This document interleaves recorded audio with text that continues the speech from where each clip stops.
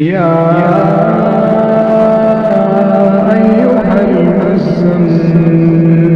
قم الليل إلا قليلا نصفه وانقص منه قليلا أو زد عليه ورتل القرآن ترتيلا سنلقي عليك قولا ثقيلا إن ناشئة الليل هي أشد وطئا وأقوم قيلا إن لك في النهار سبحا طويلا واذكر اسم ربك وتبتل إليه تبتيلا رب المشرق والمغرب لا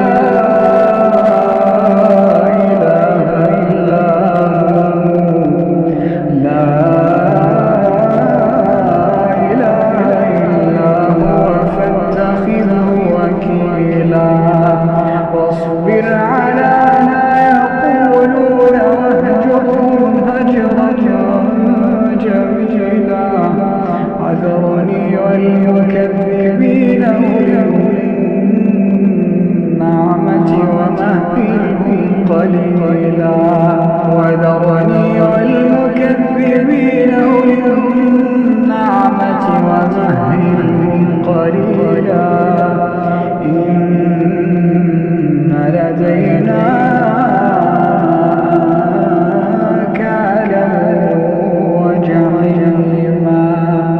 وطعاما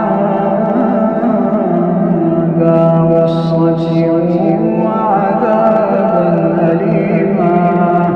يوم ترجف الأرض والجبال وكانت الجبال كثيبا مهيلا إنا أرسلنا إليكم رسولا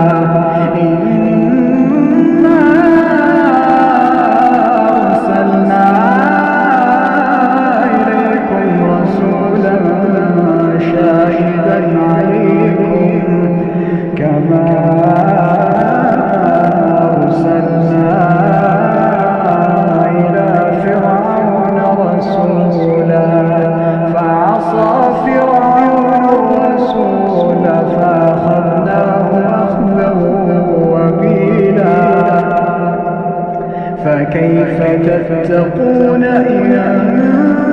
كفرتم يوما يجعل الولدان شيبا السماء منفطر به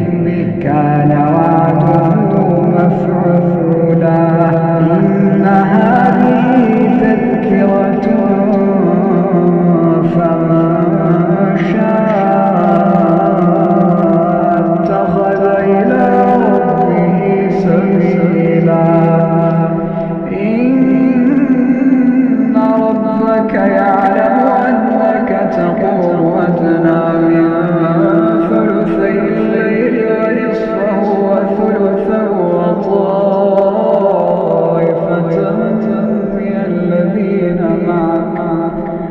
وطائفة من الذين معك الله يقدر الليل والنهار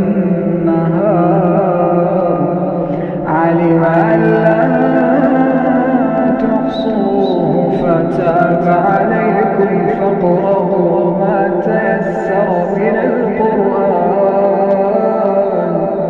علم أن سيكون منكم مرضى وآخرون يضربون في الأرض يبتغون من